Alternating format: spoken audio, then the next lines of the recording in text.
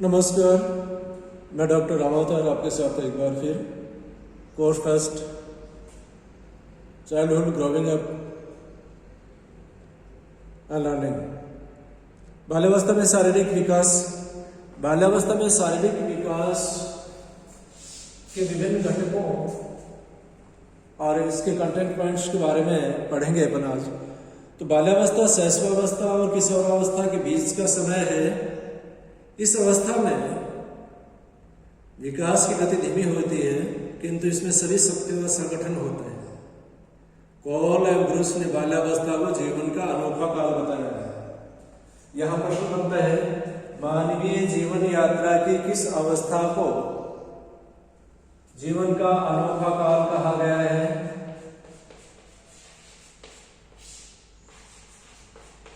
मानवीय जीवन यात्रा की बाल्यावस्था को अनोखा काल कहा गया है, क्योंकि इस अवस्था में बालक को कोई समझ नहीं पाता है। और मानवीय जीवन यात्रा की बाल्यावस्था को जीवन का अनोखा काल मनोवैज्ञानिक कॉल एवं ब्रूस ने अनोखा काल बताया है। तो यहाँ प्रश्न बनते हैं, मानवीय जीवन यात्रा की किस अवस्था को जीवन का अनोखा काल कहा गया है? तो अनोखा काल बाल्यावस्था को, मानवीय जीवन यात्रा की बाल्यावस्था को जीवन का अनोखा काल किन मनोवैज्ञानिकों ने बताया है? कॉल एवं ब्रूस ने। तो इस काल में बालक को समझना बड़ा मुश्किल होता है, क्योंकि बालक के शरीर और व्यवहार में अति शीघ्रता से बेहद तेज गति से जो है परिवर्तन होते हैं। लगभग 7 वर्ष की अवस्था में उसका स्वभाव जो उग्र हो जाता है, सामाजिक भावना के उदय से पूर्व वह अकेलापन या उदासी अनुभव करता है।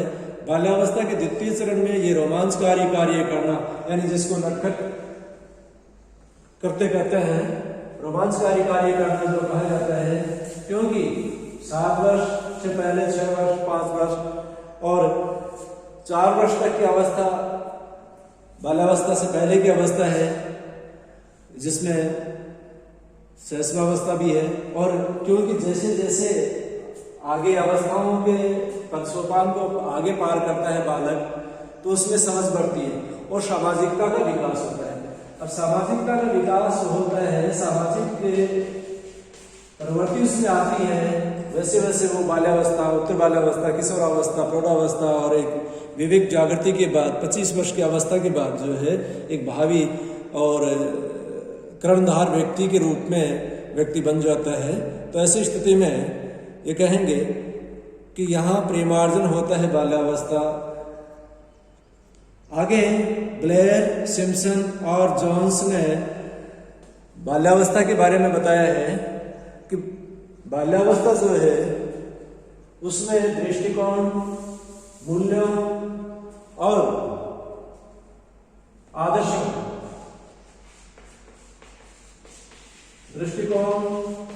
मूल्यों एवं आदर्शों का सामान्यीकरण होता है। नजरिए का विकास, दृष्टिकोण का विकास, वैल्यूज विकसित होना और आइडल, यानी किसी उच्च कृतित्व के व्यक्तियों को अपने आचरण के रूप में, जिसको रोल मॉडल, क्योंकि बच्चे अनुकरण से सीखते हैं। और स्कूलिंग में पूर्व बाल्यावस्था में जब बालक आता है तो देखा जाता है कि भाषा विषयों में अपने भाषा विषय के विषयाध्यापक जैसी उसकी राइटिंग होती है, क्योंकि अनुकरण से सीखता है। और उत्तर बाल्यावस्था में वो सामान्यीकृत हो जाती है। तो ऐसी स्थिति में ब्लेयर, सिम्पसन और जॉन्स, यहाँ 3 मनोवैज्ञानिकों ने बात बताई है। प्रश्न बनता है, प्रतियोगिता परीक्षाओं के लिए उपयोगी प्रश्न बनता है कि मानवीय जीवन यात्रा की किस अवस्था में दृष्टिकोण, मूल्यों और आदर्शों का विकास होता है? तो बाल्यावस्था में ये सब जो है विकास होता है। अब यहाँ बाल्यावस्था में दृष्टिकोण, मूल्यों और आदर्शों का विकास होता है, तो ये किसने बताया है? ब्लेयर, सिम्पसन और जोन्स। यहाँ 3 बातें मानवीय आचरण में बताई हैं, दृष्टिकोण, मूल्य और आदर्शों की। वो 3 मनोवैज्ञानिकों ने, तो इस युगल से इनको ठीक से याद रखा जा सकता है। ब्लेयर, सिम्पसन और जोन्स मनोवैज्ञानिकों ने बाल्यावस्था में दृष्टिकोण, मूल्य और आदर्शों का विकास होने की बात कही है। बाल्यावस्था में शारीरिक विकास, इस अवस्था में शैशवावस्था की अपेक्षा मोटाई कम हो जाती है, शरीर में पतलापन आ जाता है और विकृत या कुरूप स्थिति, फिजिकल जो स्ट्रक्चर बन जाते हैं, शारीरिक अवसंरचना जो है बालक की वो कुरूपता की बन जाती है। और मनोवैज्ञानिक बॉल्डविन ने इस बारे में बताया है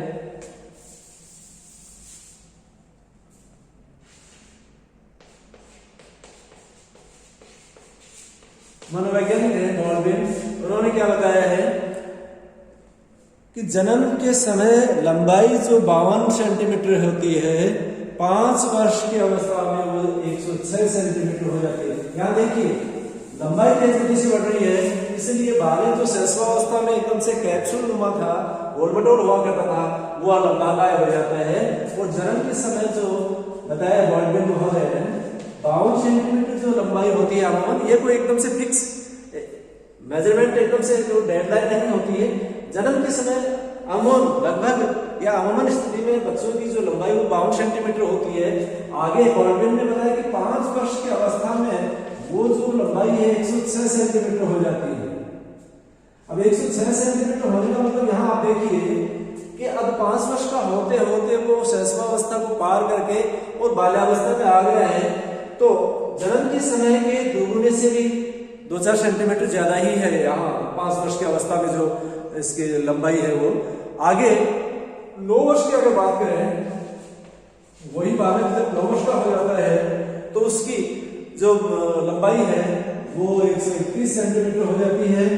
और 13 वर्ष की अवस्था में ये जो लंबाई है वो 151 सेंटीमीटर हो जाती है।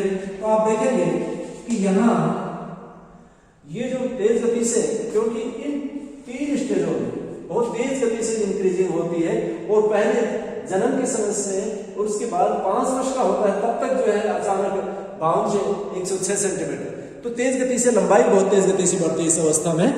अब क्रो एंड क्रो ने शारीरिक अवसंरचना की स्थिति को इस प्रकार से वर्गीकृत किया है, बाल्यावस्था में शारीरिक जो परिवर्तन हुए हैं उनको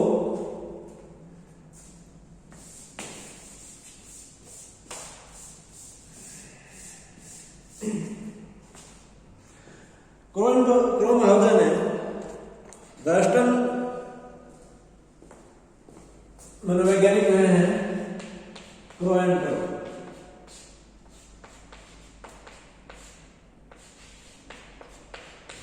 ये संज्ञा के हिसाब से है, जैसे संज्ञान व्यास होता है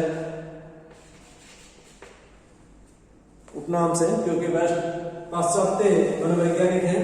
तो उन्होंने क्रो एंड क्रो ने बाल्यावस्था के बारे में, बाल्यावस्था की जो शारीरिक अवसंरचना है उसके बारे में बताने के लिए अपने विवरण को जो है वो 7 उप विभागों में बांटा है। पहला विभाग है भार, वजन, वेट। तो 6 वर्ष की आयु में बालक का वजन जन्म के समय के वजन का लगभग 7 गुना हो जाता है, यानी 6 वर्ष की अवस्था। अब मान लीजिए जन्म के समय बालक का वजन जो है वो 2 kg है। आगे बताया है क्रो एंड क्रो ने कि वही बालक 6 वर्ष का होता है तब उसका वजन जो है वो जन्म के समय वजन का 7 गुना हो जाता है। तो 7 गुना होगा, जन्म के समय 2 गुना था। तो ऐसी स्थिति में यहाँ 6 वर्ष तक की अवस्था में 14 किलो वजन उसका स्वाभाविक तौर पर हो जाता है। अभी न्यूट्रिशन और अन्य जो शारीरिक विकृतियां और व्याधियां हैं अगर वो ना हो तो लगभग यही होता है। आगे बताया है कि 9-10 वर्ष की अवस्था तक बालकों का भार बालिकाओं से अधिक होता है। 9-10 वर्ष की अवस्था में जो है बालक अधिक भार वाले होते हैं, बॉयज ज्यादा होते हैं। लेकिन इसके बाद 9-10 वर्ष की अवस्था के बाद बालिकाएं जो है उनका वजन जो है, बालिकाओं का वजन जो है ज्यादा होने लगता है। लंबाई में अगला जो घटक प्रोएंट्रो महोदय ने दिया लंबाई का, लंबाई क्योंकि बाल्यावस्था में बालकों में लंबाई का बढ़ना स्वाभाविक होता है और शरीर पतलाकार हो जाता है, कुरूप सा दिखाई देने लगता है। बाल्यावस्था में 6 से 12 वर्ष की आयु तक लंबाई अपेक्षाकृत कम ही बढ़ती है और इस अवस्था में शैशवावस्था की अपेक्षा मोटाई कम हो जाती है। यानी बाल्यावस्था की बात करें, शैशवावस्था की बात करें तो शैशवावस्था में एकदम से वो अवस्था जिसमें मोटा गोल मटोल कैप्सूल जैसा बालक होता है, जिसको सभी लोग जो है परिजन और अभिभावक मिलने वाले रिश्तेदार उसको खिलाना चाहते हैं, गोद में लेना चाहते हैं। लेकिन वही बालक जब बाल्यावस्था में आता है और लंबाकार हो जाता है, कुरूप सा हो जाता है, पतला पड़ने लगता है, तो ऐसी स्थिति में जो है उससे उतना लगाव नहीं। तो शैशवावस्था की अपेक्षा बाल्यावस्था में शरीर का की जो लंबाई है वो बढ़ जाती है और यहाँ लंबाई की में जो वृद्धि है वो वजन में वृद्धि की अपेक्षा तीव्र होती है। अब यहाँ एक ही धरातल से अगर एक ही एक्सिस से बात करें तो बाहर भी बढ़ता है, लेकिन लंबाई उससे कहीं ज्यादा बढ़ती है। ये बाहर का आरेख माने, लंबाई का माने तो बाहर बढ़ता है, उसकी वजह तुलना में अपेक्षा में जो है आनुपातिक रूप से लंबाई ज्यादा बढ़ती है। यहाँ प्रश्न बनता है कॉम्पिटिटिव एग्जाम्स के लिए, किस अवस्था में व्यक्ति का या बालक का बाहर लंबाई की अपेक्षा कम रह जाता है? बाहर लंबाई की अपेक्षा कम रह जाता है तो वह अवस्था बाल्यावस्था होती है। दांतों की स्थिति, क्योंकि दांत चेहरे के स्वरूप को या चेहरे की सुंदरता के लिए दांतों की जो महती भूमिका होती है। अब बाल्यावस्था के आरंभ तक, अर्थात बाल्यावस्था जहाँ आरंभ होती है 6-7 वर्ष तक की स्थिति में आते आते अवस्था में आते आते और बालकों के दूध के दांत हैं वो गिरने लगते हैं। अमूमन सभी बालकों में, चाहे वो बालिकाएं हैं चाहे बालक हैं, और क्योंकि न्यूट्रिशन माँ के आंचल से दूध से मिलता है, इसलिए इस अवस्था में बाल्यावस्था से पहले की जो शैशवावस्था उसमें सभी को न्यूट्रिशन अच्छा ही मिलता है। तो ऐसी स्थिति में दांत शैशवावस्था में जो दूध के दांत होते हैं, आरंभिक दांत होते हैं, वो सुंदर होते हैं, लेकिन बाल्यावस्था के आरंभ में दूध के दांत गिरना शुरू हो जाते हैं और उनके स्थान पर स्थायी दांत आना आरंभ हो जाते हैं। जैसे 8 वर्ष की अवस्था में, अगर 8 वर्ष की अवस्था की बात करें, 6-7 वर्ष की अवस्था में या 8 वर्ष में नए दांत आना शुरू है तो ये दांतों की संख्या, अब यहाँ ये कहेंगे कि एकदम से 11 ही आए, 12 नहीं आएंगे, 10 नहीं आए, ये हो सकता है, एकदम से डेडलाइन नहीं होती है ये। और 10 वर्ष की अवस्था में, अब 10 वर्ष की अवस्था में क्या अगर बात करें तो ये दांत 14 दांत हो जाते हैं।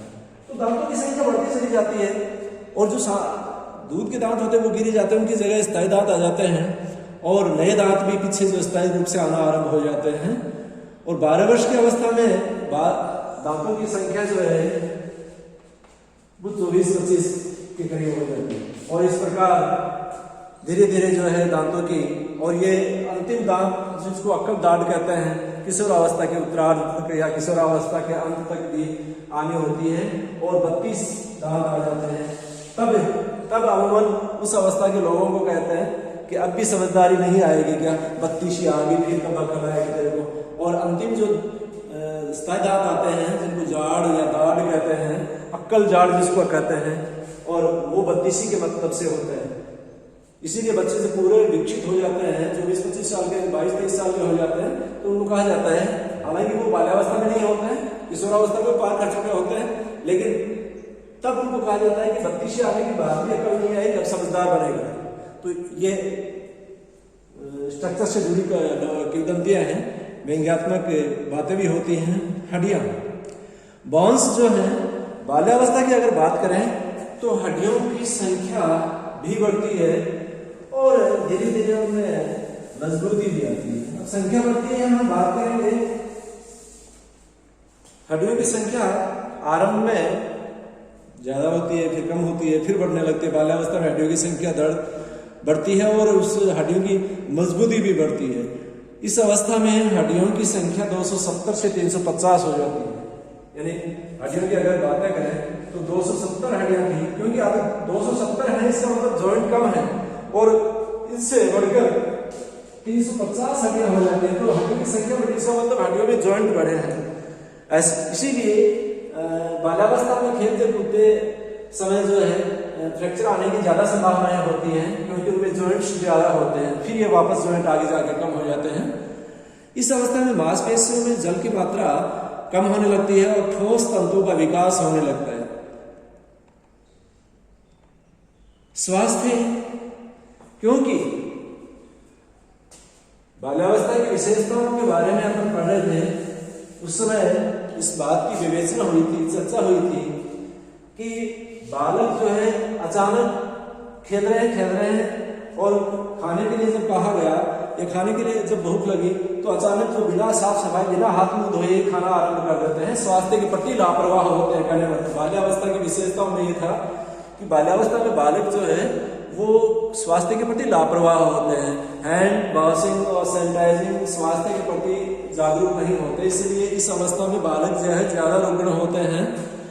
और पूर्व बाल्यावस्था में बालक अक्सर बीमार इसीलिए पड़ जाते हैं। बेयर एंड शिंडर के अनुसार उन्होंने बताया, मनोवैज्ञानिक हैं बेयर एंड शिंडर, कि इस अवस्था में आमाशय और हाजमे की गड़बड़ियां, जुकाम, कान दर्द, ये जो होते हैं, बेयर एंड शिंडर मनोवैज्ञानिक हुए हैं, इन्होंने क्या बताया है कि बाल्यावस्था में जो बालक हैं वो आमाशय के रोगों से, पाचन संबंधी रोग गड़बड़ियां उनमें होती हैं, जुकाम, कान दर्द, खसरा, कनखड़े, चेचक, ये सब सारे इन्फेक्शन वाले, संक्रमण वाले विकृतियां हैं, व्याधियां हैं। उत्तर बाल्यावस्था में बालक सामान्यतः स्वस्थ रहते हैं। इनके अलावा बाल्यावस्था में बालक दुर्घटनाओं में अधिक फंस जाते हैं। अब दुर्घटनाओं में अधिक फंस जाते हैं तो वो कॉमर्शियल स्तर के ड्राइवर या और कोई जोखिमपूर्ण कार्य नहीं करते, फिर भी क्यों फंस जाते हैं दुर्घटनाओं में।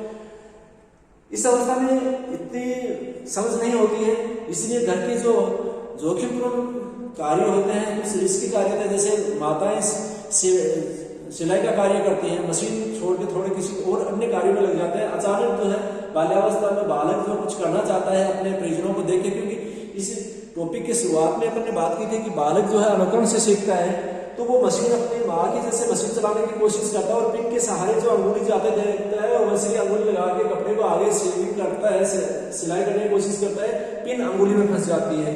तो ये दुर्घटना के शिकार इस प्रकार से होते हैं। या साइकिलिंग सीखते समय, साइकिलिंग सीखने की मन होता है लेकिन शारीरिक विकास इतना नहीं होता है कि वो ठीक से साइकिलिंग सीख सके, तो साइकिलिंग सीखने या साइकिल चलाना सीखने की स्थिति कि या साइकिल चलाने की कोशिश करते भी जो है बालक जो है दुर्घटना के शिकार हो जाते हैं, दुर्घटनाओं में फंस जाते हैं। तो या फिर किवाड़ों की जो कुंडे होते हैं, किवाड़ों के जो पार्ट होते हैं, उनके बीच में अंगुली आ जाती है। तो ऐसे दुर्घटनाओं के इस प्रकार के छोटे छोटे करते समय, घरेलू कार्यों को संपन्न करते समय, या फिर पानी के हौद होते हैं उनमें पानी निकालने की कोशिश करते समय जो दुर्घटना के शिकार हो जाते हैं, क्योंकि वो अबोध होते हैं, इतना विवेक उनमें होता नहीं है और जोखिम को वो समझते नहीं है, तो ऐसी स्थिति में इस दुर्घटनाओं के शिकार हो जाते हैं। आगे क्रो एंड क्रो ने अपने इस प्रसंग में लिया है सिर, क्योंकि मानसिक शक्तियों का पूरा संकेंद्रण सिर के अंदर होता है और सिर का विकास सबसे पहले होता है। जन्म के समय सिर की सतह का क्षेत्रफल संपूर्ण शरीर के क्षेत्रफल का 21% होता है, यानी पूरा शरीर है उसका 21% सरफेस है, क्षेत्रफल है, सरफेस कहेंगे, वो सिर का होता है। और इस बाल्यावस्था में आते आते ये अनुपात जो है घट जाता है, नीचे आ जाता है और 13% हो जाता है। बाल्यावस्था में सिर के सरफेस या सिर के पृष्ठ का क्षेत्रफल पूरे शरीर के क्षेत्रफल का 13% होता है। 100 में से 13% पृष्ठीय क्षेत्रफल सिर का होता है, जो जन्म के समय 21%, क्योंकि जन्म के समय सबसे विकसित और बड़ा अंग सिर ही होता है। जन्म के समय जितना सरफेस होता है बालक का शिशुअवस्था में, जन्म नवजात का, न्यूबॉर्न का, उसमें 21% सरफेस एरिया जो है वो सिर का होता है। लेकिन बाल्यावस्था में आता है 4-5 वर्ष, 5 वर्ष का होते होते ये प्रतिशत का जो है 13% आ जाते हैं। इसका मतलब ये नहीं हुआ कि सिर का आकार घटा है, इसका मतलब ये समझिए कि शरीर का विकास हो रहा है, शारीरिक विकास हो रहा है, इसलिए सिर का आकार घटता हुआ आता है, लग रहा है, लेकिन ऐसा होता नहीं है क्योंकि सिर पहले से विकसित है और सिर में जितना विकास हो रहा होता है उतना बाल्यावस्था के अंत तक हो चुका होता है। उसके बाद में जो है उसके आकार परिमाप में वृद्धि नहीं होती। सिर के अंदर जो संज्ञानात्मक शक्तियां हैं उनमें खूब इम्प्रूवमेंट होता है, विकास होता है, परिवर्धन, परिमार्जन, परिष्करण होता है, लेकिन सरफेस एरिया में नहीं होता, पैरामीटर में नहीं होता है। मांसपेशियां जो हैं उनमें ठोस तंतुओं का घटक जो है, एलिमेंट्स हैं, वो बढ़ने लगते हैं। शैशवावस्था में या बाल्यावस्था से पहले जो है 75% लिक्विड होता है, 25% मांसपेशियों में सॉलिड एलिमेंट्स होते हैं, ठोस तत्व होते हैं। लेकिन बाल्यावस्था में आते आते ये जो अवस्था है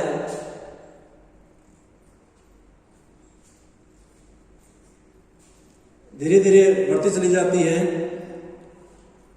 और ठोस एलिमेंट्स बढ़ेंगे और वो 34-35% तक आ जाते हैं और लिक्विड जो एलिमेंट्स है वो 65% रह जाते हैं। तो इस प्रकार क्रोएनफेल्ड महोदय ने भार, लंबाई, दांतों की अवसंरचना और नए दांतों का आना, हड्डियों का विकास और जॉइंट्स तथा स्वास्थ्य, सिर, मांसपेशी घटकों के संदर्भ में अपने विवरण से बाल्यावस्था की शारीरिक अवसंरचना को विवरणित किया है। आज के अंक में इतना ही। धन्यवाद।